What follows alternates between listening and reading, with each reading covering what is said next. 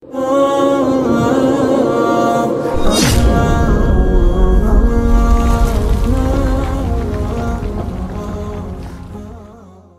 الرحمن الرحيم. الحمد لله الذي لم يزل عليما قديرا، صلى الله على سيدنا محمد الذي أرسله إلى الناس بشيرا ونذيرا، وعلى آل محمد وصحبه وسلم تسليما كثيرا. أما بعد، فمعاشر المسلمين رحمني الله وإياكم أجمعين، السلام عليكم ورحمة الله وبركاته. Segala puji hanya milik Allah Subhanahu wa Ta'ala. Salawat beriring salam tak lupa kita panjatkan kehadirat Nabi Muhammad sallallahu alaihi wasallam, kepada para keluarganya, sahabatnya, serta para pengikut-pengikutnya yang masih setia berada di bawah naungan sunnahnya hingga hari kiamat. Alhamdulillah, Allah Subhanahu wa Ta'ala kembali mempertemukan kita di majelis ini. Tidaklah kita dipertemukan di tempat-tempat yang buruk. Tidaklah kita dipertemukan kembali dengan pertemuan pertama kali semenjak kita berpisah,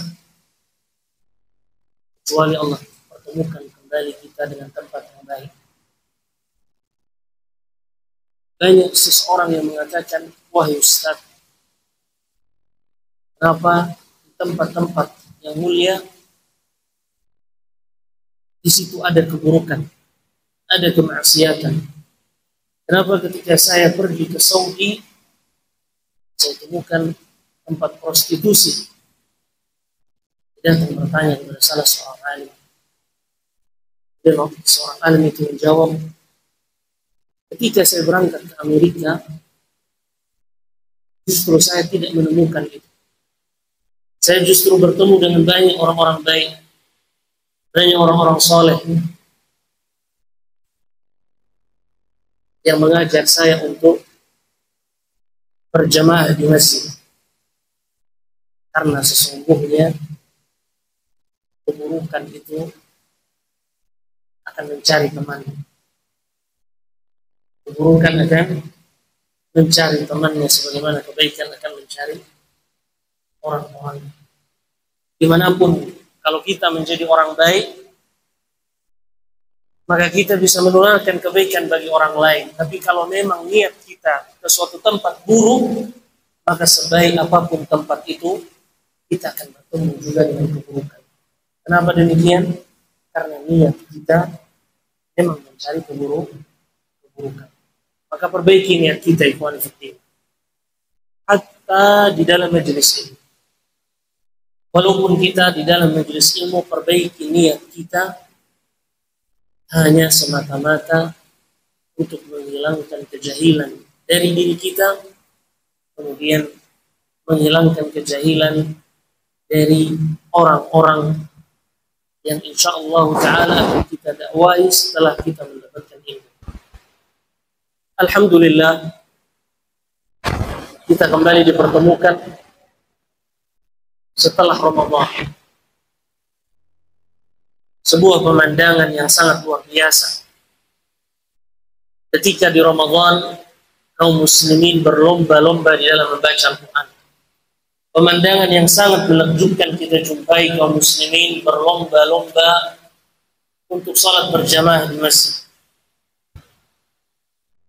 Pemandangan yang sangat menakjubkan kita jumpai bahwasannya kaum muslimin sangat-sangat antusias di dalam infak dan sedekah mereka. Akan tetapi pemandangan yang sangat-sangat menakjubkan pula kita temukan setelah bulan Ramadan. Seakan-akan bangunan yang telah kita bangun yang begitu megah untuk seketika. Masjid-masjid yang dulunya ramai kembali sepi. Al-Quran yang sibuk dibaca oleh para jamaah kembali tertinggal di rak-raknya. Dan masjid-masjid kembali sepi. kemudian manusia kembali dengan hingar-bingarnya menunjukkan kemalasan terhadap agama. Jamaah kaum muslimin rahimani Allah wa iyyakum ajma'in. Kita bukanlah hamba penyembah Ramadan. Kita bukan para hamba Ramadan. Akan tetapi kita adalah hamba Allah Subhanahu wa ta'ala. Kita adalah para hamba-hamba Allah Subhanahu wa ta'ala.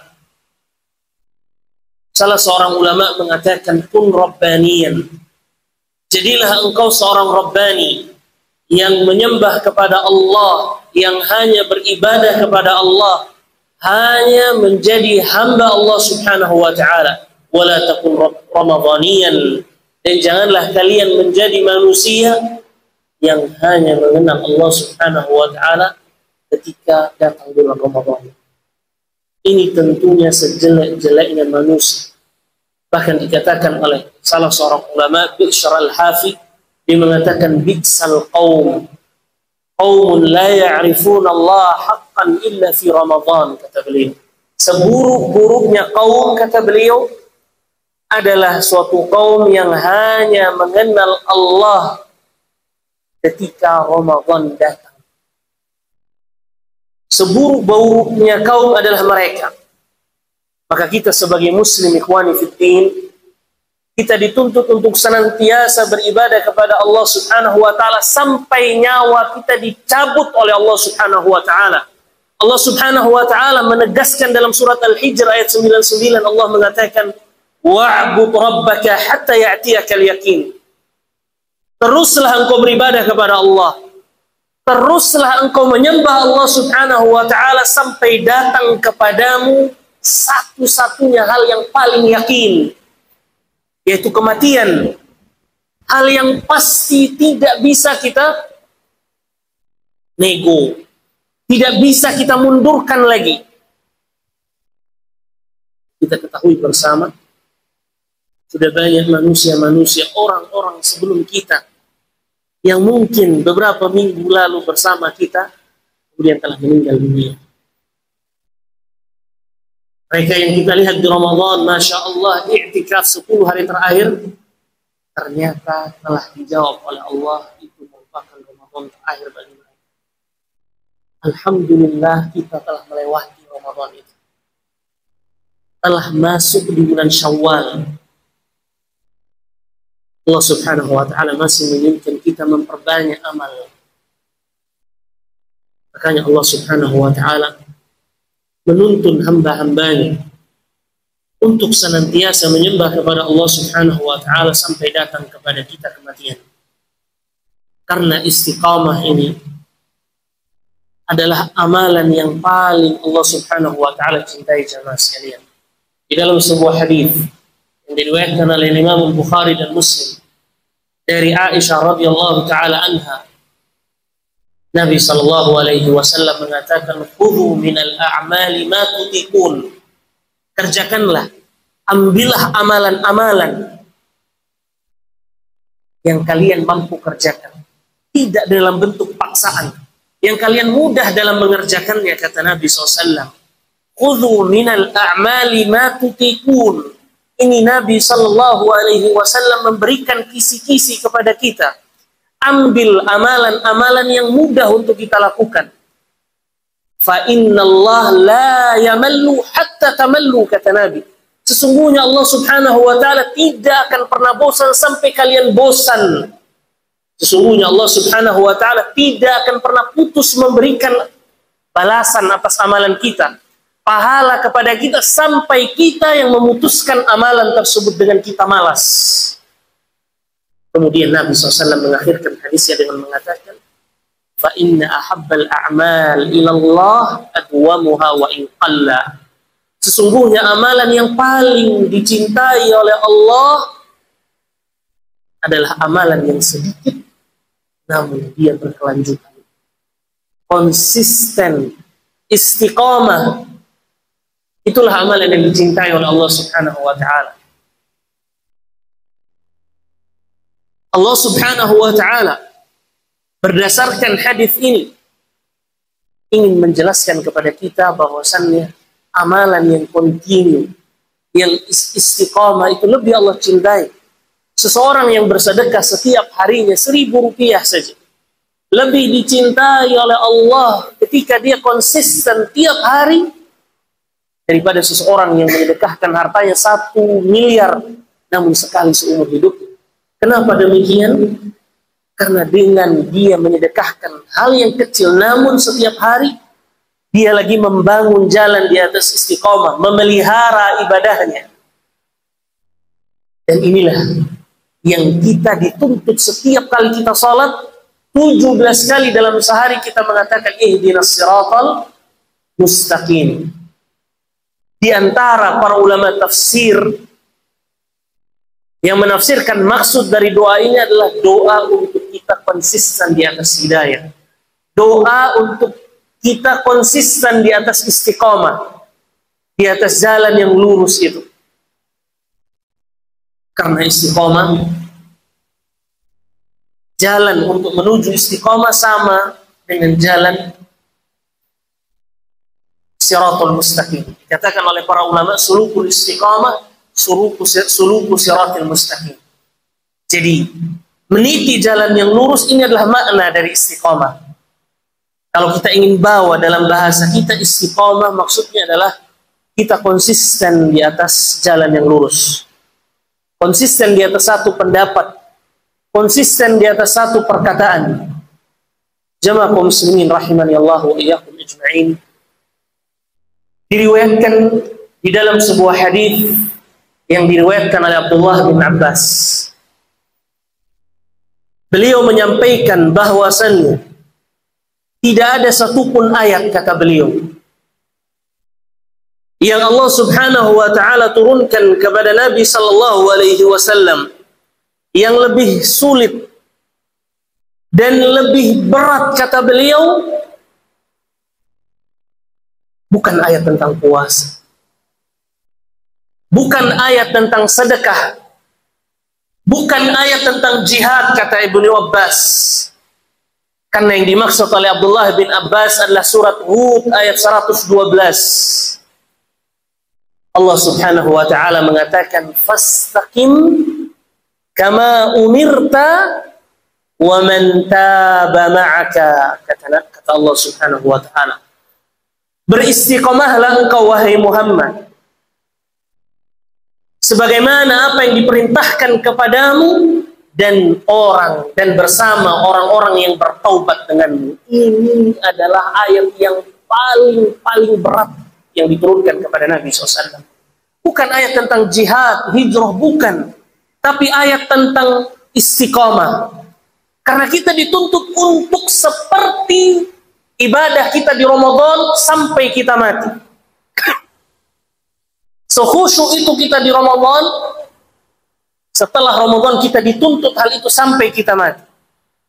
Yang membaca Al-Quran konsisten 1 juz setiap harinya dituntut begitu setiap harinya sampai ajal menjemputnya. Makanya berat ikhwani fiddin. Sampai Al-Hasan mengatakan ketika surat Asy-Syura yang sama seperti surat Al-Hud ini ayat 15 turun perintah tentang istiqamah, apa kata Al-Hasan? Fama ru'iya dhahika, kata beliau. Ketika ayat perintah tentang istiqamah turun, Nabi tidak pernah terlihat tertawa lagi.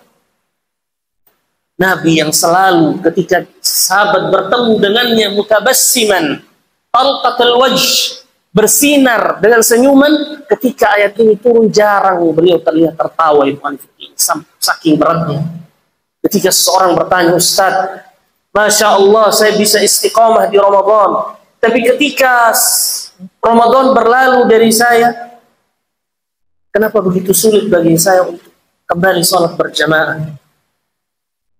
Kenapa sulit bagi saya untuk menghatamkan Al-Quran?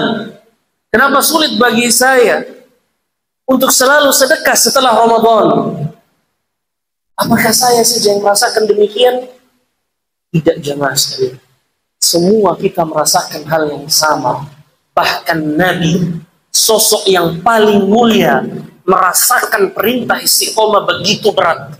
Nabi sosok yang kita semua sepakat manusia paling mulia, manusia yang paling kuat di dalam beribadah. Bayangkan 1 rakaat di Ramadan 6 juz surat Al-Baqarah, Al-Imran, An-Nisa beliau baca dalam 1 rakaat.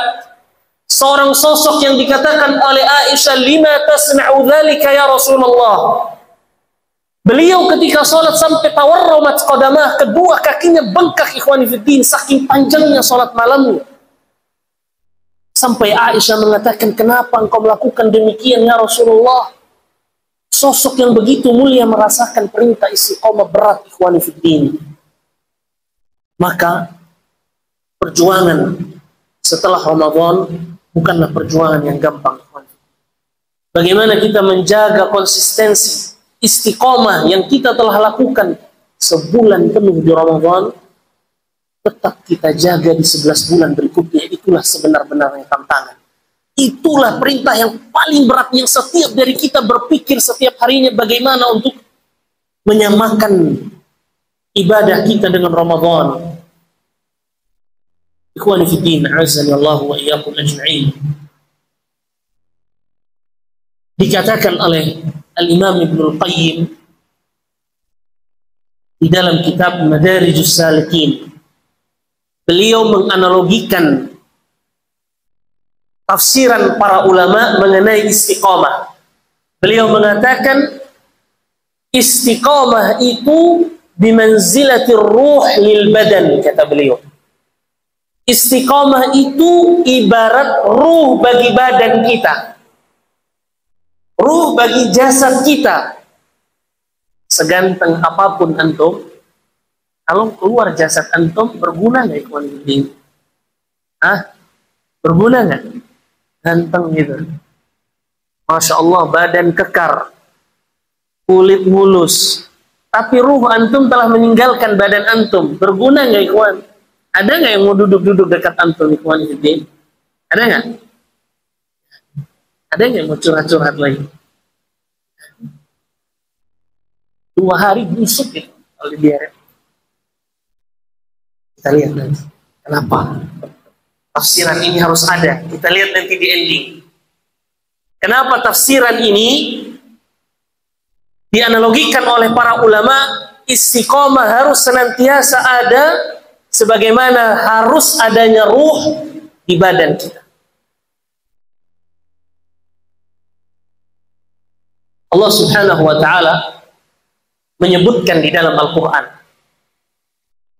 Allah Subhanahu wa ta'ala mengatakan, وَلَا تَكُونُوا كَالَّتِي نَقَضَتْ غَزْلَهَا مِنْ بَعْدِ قُوَّةٍ أَنْكَاثًا, kata Allah. Dan janganlah kalian, Allah mengisyaratkan tentang istiqamah ini di dalam Al-Quran, tentang larangan Allah kepada seseorang.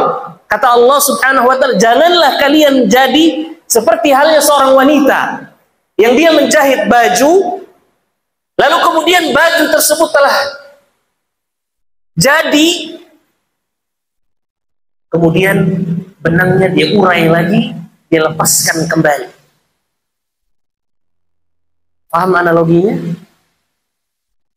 Jangan kalian jadi sebagaimana wanita yang menjahit sebuah benang sehingga terciptalah sebuah pakaian, namun ketika pakaian tersebut jadi, dia benangnya dia lepas kembali, jahitannya dia buka kembali, kemudian dibiarkan begitu saja. Ada harganya ya. Begitupun kita ketika Ramadan. Berapa kemarin yang hatam Al-Quran? Berapa kali yang hatam kemarin? Ada yang 5 kali? Oh, masya Allah, di atas 5. 7 kali. Hatam 30 juz. 10 kali. Masya Allah. Masya Allah. Mainnya di atas 10. 10 kali hatam ya. Masya Allah. 10 kali hatam di bulan Ramadan. Istiqomah jaga lisannya. Istiqomah tidak pernah telat sholat jamaah. Istiqomah tidak pernah absen tarawih. Iktikaf 10 hari. Selesai Ramadan tidak istiqomah, tidak ada gunanya, kata para ulama. Setelah selesai Ramadan tidak istiqomah, tidak ada gunanya.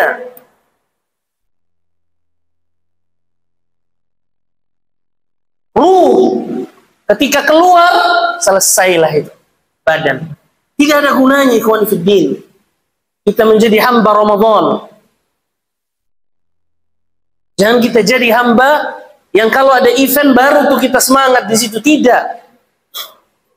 Surat Al-Hijr ayat 99, terus beribadah dan konsisten sampai kematian datang menjemput.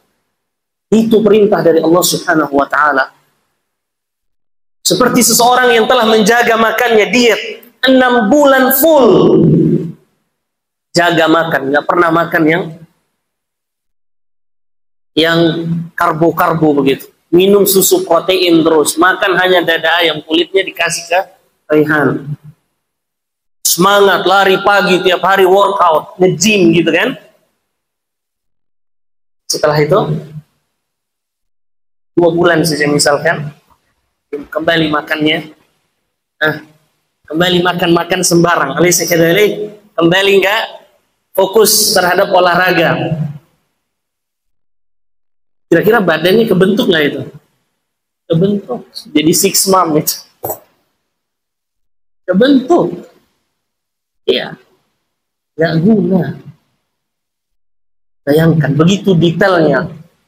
Ketika seseorang semangat dalam beribadah, sudah bangun capek-capek ibadahnya, bangunan sudah kokoh, seperti seorang wanita yang menjahit baju.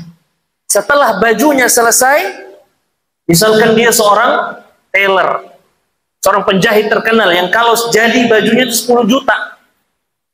Tapi setelah dijahit, benangnya diurai kembali, jahitannya dilepas kembali, kemudian dibiarkan begitu saja. Mau beli 10 juta. Masih ada sisa benang-benang lagi. Nggak guna.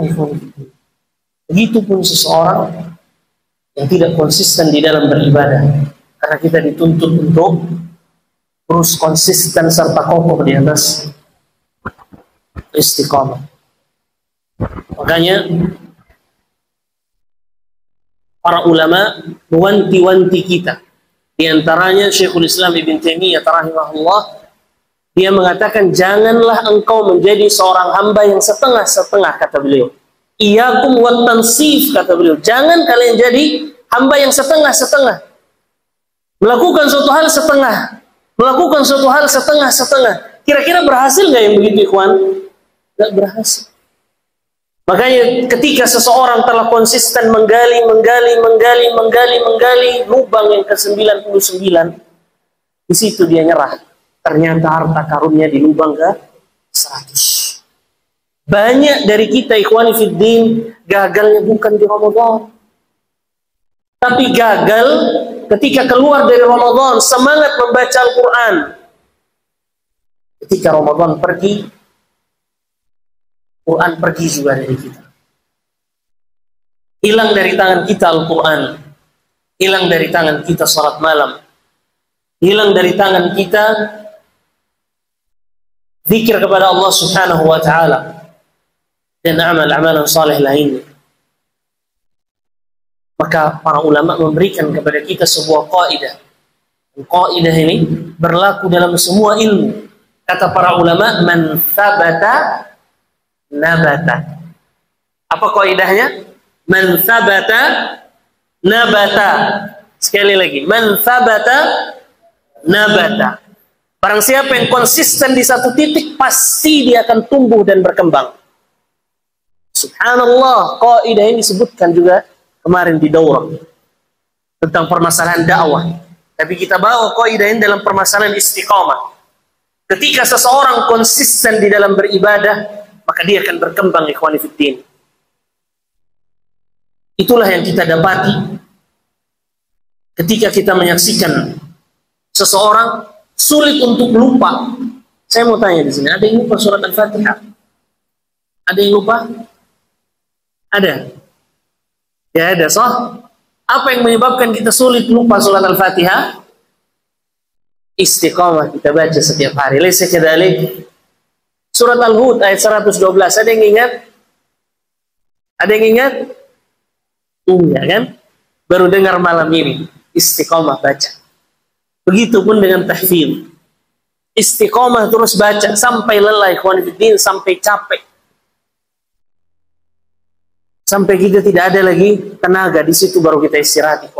Begitu sejatinya para ulama mengajarkan kita di dalam menuntut ilmu.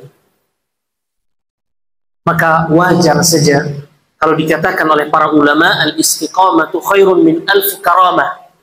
Inilah pembahasan kita yang menyebabkan kita memilih judul ini. Dikatakan oleh para ulama, istiqamah lebih baik daripada 1000 karamah. Karamah yang antum dengar, wali-wali itu karamah. Karamah artinya amrun khariqul lil adah, perkara yang di luar dari kebiasaan manusia. Seperti halnya mukjizat, tapi mukjizat dikhususkan hanya untuk para anbiya.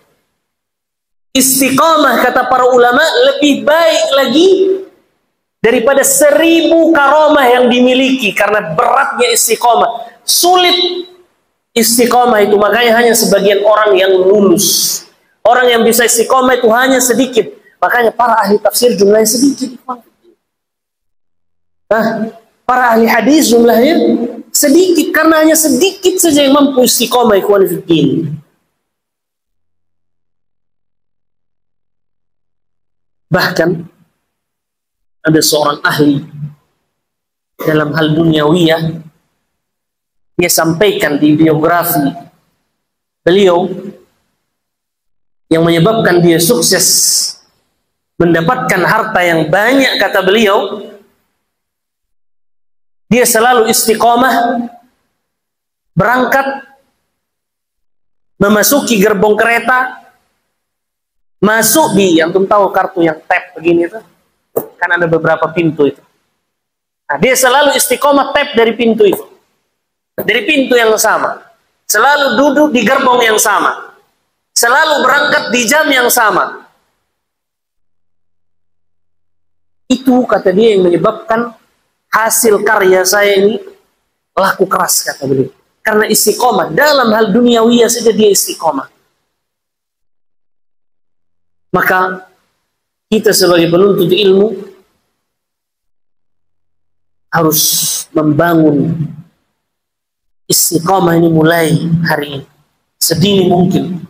Ketika kita sudah terbiasa terhadap satu hal, kita usahakan semaksimal mungkin untuk menjaganya, membangun fondasi yang kuat. Dan di Mahat ini alhamdulillah dari awal tahun ajaran ini selalu kita dituntut, bahkan hampir sebagian amalan ke taraf wajib, agar apa? Agar terciptalah istiqamah di dalam diri kita melakukan amalan itu, hatta amalan-amalan yang sunnah. Karena berat ikhwani fiddin untuk bisa kokoh, dan antum mungkin bisa buktikan perkataan ini ketika antum kemarin pulang. Alaysa kadzalik? Nah, siapa yang istiqomah salat sunnah di rumah? Coba angkat tangan. Yang istiqomah, jujur saja, nggak apa-apa. Bukan riya, bukan riya, bukan riya. Ada? Ada. Istiqomah, kaisan. Nggak istiqomah salat sunnah. Istiqomahnya apa? Megang HP. Benar itu? Enggak. Istiqomah, ada yang bisa menyebutkan salah satu amalan yang dia istiqomah kerjakan di Mahat ini, dia lanjutkan di rumah. Siapa? Fadhal. Naami Sofi. Antum istiqomah apa di rumah? Satu hari, satu halaman. Benar nggak itu? Benar nggak? Enggak. Ada nggak yang satu hari konsisten satu halaman di rumah? Dapat langsung hadiah cash. Cash. Kurang kencang? Cash. Dapat uang cash. Ada nggak yang konsisten? Nggak ada. Maka kita coba konsisten ke depannya. Ya, kita bukan hamba ma'had saja yang hanya beribadah kalau di ma'had. Di rumah kita jadi orang yang lain. Setiap foto yang dilihat oleh al-aba wal ummahat, Masya Allah, Hussein ngaji, setiap ba'da maghrib. Kenapa jadi orang lain ini di rumah gitu kan? Baca nggak di rumah? Baca. Alhamdulillah. Kembali membahas mengenai istiqamah. Istiqamah mempunyai beberapa keistimewaan, beberapa manfaat. Ketika seseorang menjaga istiqamahnya, maka dia akan mendapatkan beberapa manfaat. Yang pertama, hatinya akan bersih dari sifat nifaq. Perhatikan. Fungsi dari istiqamah yang pertama apa? Hatinya bersih dari sifat nifaq. Karena sungguhnya orang mukmin adalah orang yang sangat mencintai Allah Subhanahu wa taala. Tidak kenal pudar dan tidak kenal putus. Allah Subhanahu wa taala berfirman, "Walladzina amanu asyaddu hubban lillah." Orang-orang beriman adalah orang-orang yang paling mencintai Allah Subhanahu wa taala, baik secara zahir maupun batin. Adapun orang munafik, mereka menampakkan kecintaan mereka, akan tetapi kekufuran mereka sembunyikan. Ibadah mereka tidaklah rutin, tidak kontinu. Maka apabila ibadah kita hanya sebatas event-event tertentu, itu salah satu bentuk adanya kemunafikan di dalam hati kita. Adanya benih-benih penyakit nifak di dalam diri kita. Maka merutinkan amalan kita, mempertahankan amalan kita sampai kita mati adalah tandanya bersihnya hati kita dari sifat nifak. Bismillahirrahmanirrahim. Alhamdulillah wassalatu wassalamu ala Rasulillah, amma ba'd. Baik, kita lanjutkan. Dikatakan oleh para ulama bahwasannya tumbuh kembangnya suatu amalan itu numuha bil istiqamah. Kata para ulama bahwasannya tumbuh kembangnya sebuah amalan apabila kita istiqamah. Jadi amalan itu dia berkembang, ikhwan fillah. Amalan yang kita lakukan itu bisa berkembang ketika kita konsisten dan istiqamah untuk melakukan amalan tersebut. Ketika seseorang pertama kali melaksanakan sholat malam, akan sulit baginya. Masih terserang rasa ngantuknya. Masih banyak godaan dari syaitan untuk melanjutkan tidurnya. Akan tetapi ketika dia lakukan itu selama sebulan penuh, maka kebiasaan itulah yang akan membangunkan dirinya dan akan terasa mudah. Itulah fungsi istiqamah, ikhwan fiddin. Maka janganlah kita melakukan sebuah amalan yang hanya kita lakukan di momen-momen tertentu saja. Kita akan konsisten dalam beribadah kalau datang Ramadan saja. Kita akan konsisten di dalam sholat 5 waktu kalau kondisinya umrah saja. Tidak seperti itu, ikhwan fiddin. Makanya para ulama mengatakan apabila seseorang melakukan amalan hanya karena mood, karena nyamannya, enaknya saja, maka dipastikan dia akan gagal melakukan amalan tersebut. Karena kita dituntut untuk istiqamah baik dalam keadaan kita nyaman, senang, bahagia maupun tidak, ikhwan fiddin. Makanya bentuk atau tanda amalan itu diterima apa? Amalan yang berikutnya. Tanda bahwasannya amalan itu diterima adalah berlanjutnya amal kebaikan itu. Ketika kita mulai malas, ikhwan fiddin, maka kita harus mulai memaksakan diri kita kembali untuk istiqamah. Maka kata kuncinya adalah konsistensi. Mau dalam bidang apa saja yang kita geluti, maka perlu adanya sikap istiqamah di situ. Makanya pantas saja lihat betapa detailnya kata para ulama. Seseorang yang misalkan menekuni sebuah bidang, kemudian dia tinggalkan, dia tekuni bidang lain, itu dipastikan gagal, ikhwan fiddin. Tidak akan menjadi profesional di dalam hal tersebut. Kenapa? Karena dia setengah-setengah, ikhwan fiddin. Maka kalau kita kembali ke kaidah ulama tadi yang menyebutkan tentang istiqomah seperti halnya ruh bagi badan, itu itu bukan isapan jempol semata, tapi didapat dari khibrah, pengalaman hidup, maka sangat detail dan dalam, ikhwan fillah. Seseorang yang berusaha misalkan untuk diet 2-3 hari, kembali dia makan, ikhwan fillah, tidak menjaga makannya, bubar kembali. Tidak ada gunanya. Maka seorang muslim harus senantiasa menjaga istiqomahnya. Dan seperti yang telah kita pahami di pembahasan sebelumnya, bahwasannya untuk mendapatkan suatu hal yang besar diperlukan apa? Diperlukan apa? Pengorbanan yang besar juga. Ada yang bisa ulang syairnya? Ada yang bisa ulang? Ketika kita menginginkan suatu hal yang besar, maka kita harus siap mengorbankan hal yang besar juga. Begitulah hidup ini mengajarkan kita, ikhwan fillah. Bahkan Al-Imam Al-Bukhari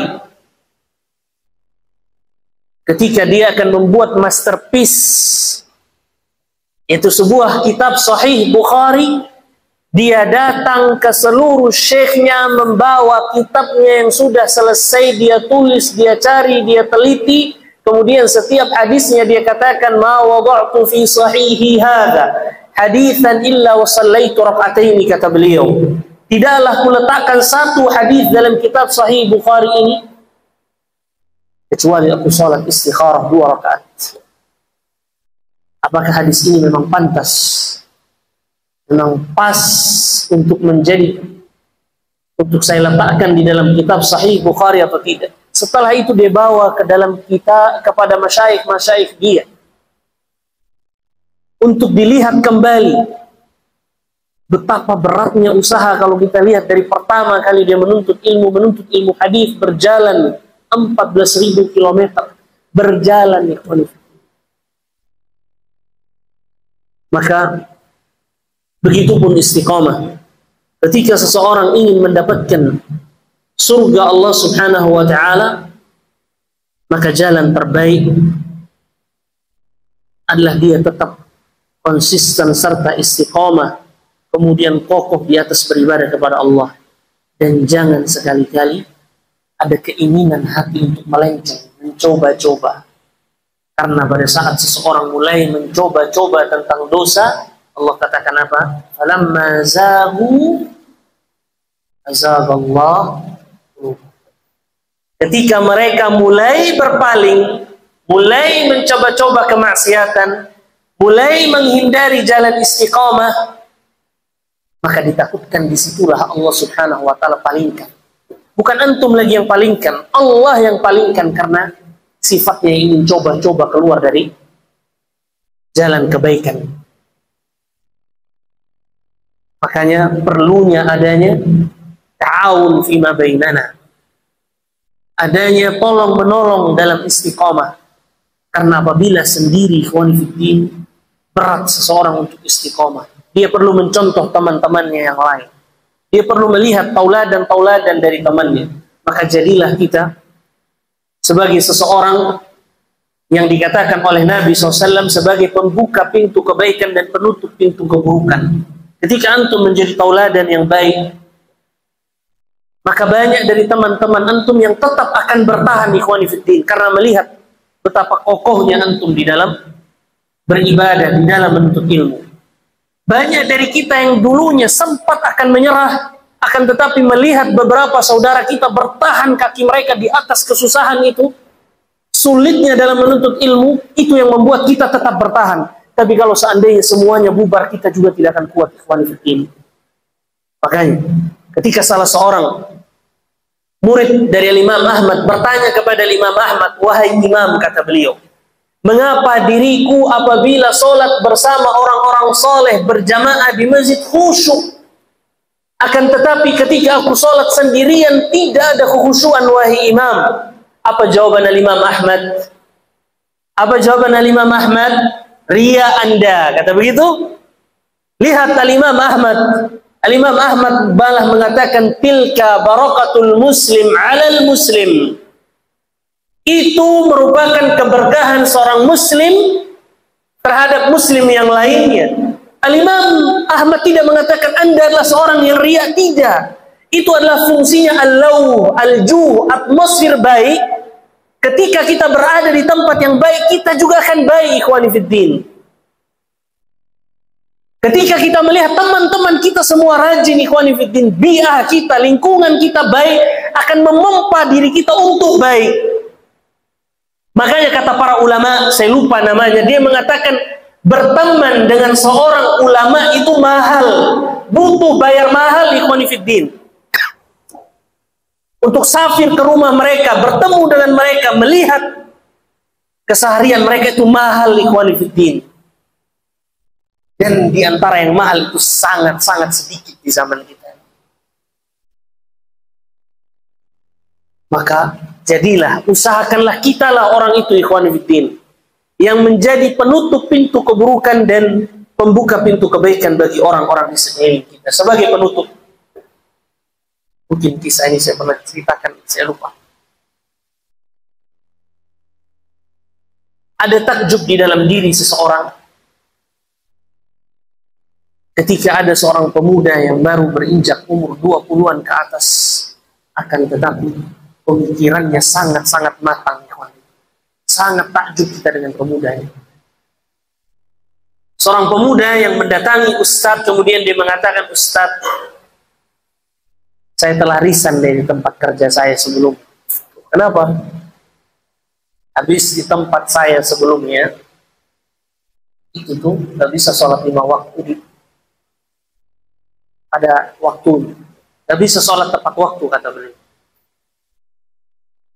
Kayaknya dia datang kepada pemimpinnya, kemudian dia katakan, bos, gue mau resign nih, kata dia gitu. Bosnya kaget. Kenapa Anda kepengen resign lagi? Bukankah Anda adalah seseorang yang paling mahal bayarannya, dan sudah saya lipat 2 kali lipat dibandingkan karyawan yang lain. Anda mau resign lagi, kata bosnya. Kata dia apa? Bos kan udah tahu. Saya datang ke tempat bos ini karena tempat sebelumnya itu juga saya dapatkan hal yang sama dan bayaran saya itu lebih dari di sini. Kata dia. Kemudian akhirnya dia resign dari tempat tersebut. Kemudian dia masuk ke tempat yang biasa-biasa saja bayarannya, akan tapi dia bisa sholat tepat waktu. Dia bilang, masjid yang saya sholat, alhamdulillah Ustaz, dingin dan saya khusyuk, habis sholat tenang, baca Quran, gak lari-lari dengan pekerjaan. Ajibin ujab, yang ajibnya kata beliau, kisah setelah ini. Dia mengatakan bahwasannya, Ustaz, tahukah kenapa saya paling dicari di perusahaan itu? Dan gampangnya saya meninggalkan perusahaan-perusahaan itu karena keahlian. Dan keahlian itu saya dapat karena betapa pahitnya pil yang dulunya saya telan ketika saya masih kecil. Bapak saya ini orang yang kejam, kata beliau. Pahit sekali, keras sekali, kata beliau. Tegas. Kayak neraka Ustadz hidup anak, kata beliau. Padahal belum pernah masuk neraka, tapi gaya aja saja ngomong. Kayak neraka. Padahal pernah masuk neraka. Kata dia begitu, saking ingin menggambarkan bagaimana sengsaranya dia masa kecilnya. Teman-teman saya bermain di ikhwani fiddin, main ke sana, main ke sini, belanja ke sana, belanja ke sini. Saya hanya dari sekolah menuntut ilmu sampai di rumah belajar, kemudian membantu orang tua. Akan tetapi setelah saya dewasa, Ustadz, kata dia, tidak ada orang yang paling saya cintai ketika saya ketemu kecuali abi saya, Ustadz. Saya peluk setiap kali saya ketemu abi saya. Saya cium keningnya. Dan sering sekali saya ucapkan terima kasih sambil tersenyum. Kemudian abi saya tersenyum kembali. Kenapa? Kata beliau, karena saya telah merasakan didikan itu buah yang manis di hari ini.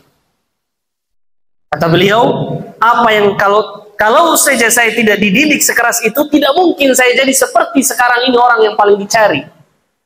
Yang dia tidak peduli dengan uang, gajinya begitu besar, dibuang-buang saja ikhwani fiddin. Dibagi-bagikan saja kepada keluarganya, tetangganya, dia tidak peduli dengan harta. Yang dia pedulikan adalah bagaimana dia bisa tetap beribadah kepada Allah. Bahkan, saking kerasnya abinya, kata bapaknya dahulu, di awal-awal pekerjaan dia, ketika dia ingin memberikan hasil pekerjaannya kepada bapaknya bilang, Jangan pernah kamu kasih saya walaupun 1.000 rupiah kalau kamu nggak sholat, kata bapaknya seperti itu. Jangan kamu injak rumah saya, kata bapaknya, kalau kamu menghasilkan uang dari uang yang telah telat sholat atau nggak sholat sama sekali, kata bapak. Dan hari ini didikan itu yang buat saya keluar dari pekerjaan saya untuk sholat 5 waktu. Kebahagiaan itu ikhwan ada di hati, bukan apa yang ada di tangan kita atau apa yang kita lihat. Kemudian apa kata Ustaz tersebut? Ustaznya masuk kemudian mengatakan, itu antum belajar dari dunia. Allah subhanahu wa ta'ala telah mengajarkan kita dalam surat, dalam Al-Quran. Allah mengatakan, fattaqullah wa yu'allimukumullah, kata Allah. Barang siapa yang bertakwa kepada Allah, maka Allah akan ajarkan dia. Ini bentuk pengajaran langsung dari Allah. Ketika kita bertakwa kepada Allah, Allah yang akan ajari kita bagaimana cara hidup ikhwan fiddin. Dan Nabi SAW telah mengatakan, akan didatangkan seseorang yang masa hidup di dunia sengsara ikhwan fiddin. Kemudian dicelupkan dia, ghamsatun finnar, dicelupkan satu celupan di neraka. Seumur hidup kebahagiaan ikhwan fiddin, satu saja celupan di api neraka. Kemudian ditanyakan kepadanya, apakah dahulu engkau pernah merasakan kebahagiaan di dunia? Kata dia, demi Allah tidak pernah aku rasakan. Satu celupan melupakan seluruh kebahagiaan di dunia. Dan begitu pun sebaliknya, didatangkan seseorang yang seluruh hidupnya di dunia menderita ikhwan fiddin, dicelupkan dia ghamsatun fil jannah, satu celupan angkat. Ditanya, apakah dahulu engkau pernah mendapatkan rasa susah di dunia? Dia katakan, tidak pernah aku rasakan ikhwan fiddin. Satu celupan di surga menghilangkan sengsara seumur hidup, menghilangkan kesulitan yang kita rasakan seumur hidup. Satu celupan ikhwan fiddin. Maka kejar itu ikhwan. Istiqamah di dalam beribadah, satu-satunya jalan lurus menuju surga Allah subhanahu wa ta'ala. Dan jangan kita terperdaya dengan banyaknya jalan-jalan syaitan, yang di setiap jalan-jalan itu ada syaitan yang menunggu kita. Sallallahu wasallam wa baraka ala nabiyina Muhammadin wa ala alihi wa sahbihi ajma'in. Assalamualaikum warahmatullahi wabarakatuh.